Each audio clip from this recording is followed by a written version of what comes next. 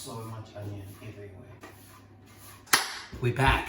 I was supposed to change my shirt for this continuity. I'm gonna do one of those things. I don't know if that worked. If it looks cool in the edit, then it worked. If it didn't, then I just look like an idiot. We've made a beautiful curry. Now, it needs to be accompanied by garlic naan. This garlic naan recipe is my own. It's one that I've taken a bunch from different recipes, picked what I've liked, and then just kind of made my own.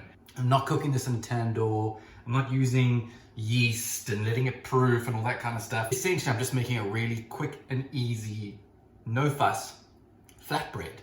Okay, shall we begin? We need a scale. One of these, it is a digital scale. A nice big mixing bowl. Turn on.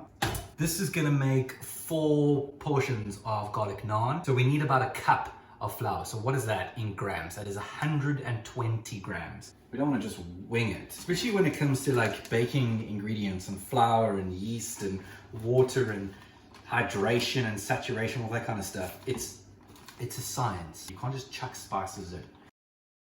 117, 119 grams. It's close enough. We're off by, I bet you if I shake this, 120 grams. I'm so stupid.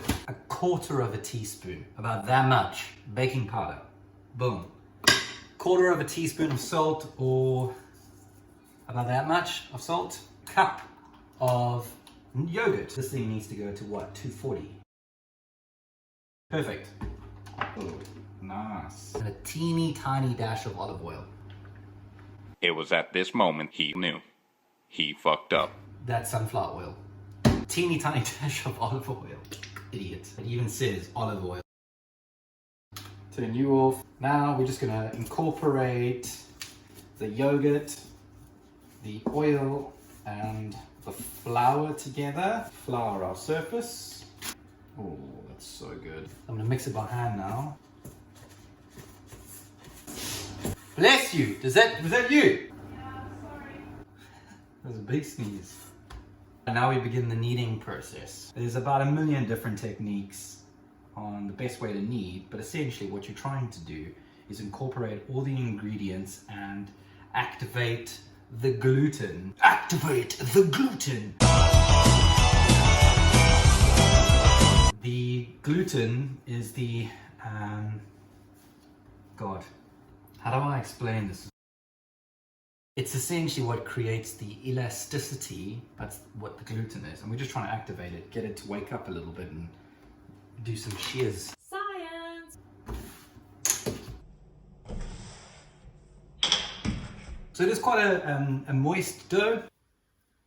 It is quite sticky, as you can see. That's the kind of texture that we are looking for. Let's get it into a ball.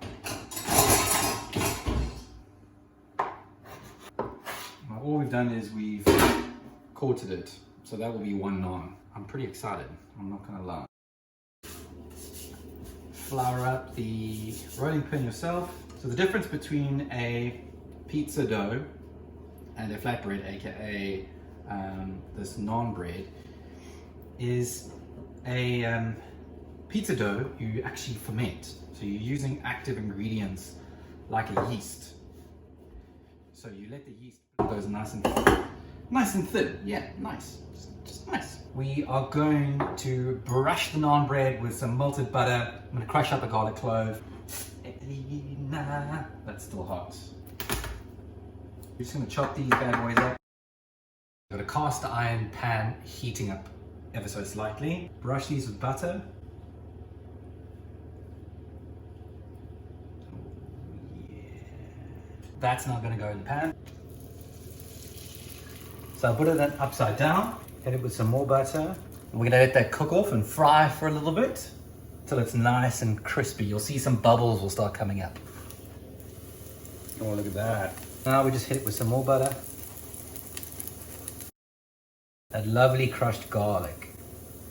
Yeah, that guy is ready. And that's it. That is how you make garlic naan. That was a 2-part video. Hope you enjoyed the curry part. If you did, give it a like, comment, subscribe. Michelle in the background going, shh. If there is a specific dish that you'd like me to cook next? Put it down in the comment section below. If I feel I can make it and I'm up to the challenge, then yeah, I'll give it a go. I'll cook mine quickly. Yeah, curry and naan. And this is what it looks like.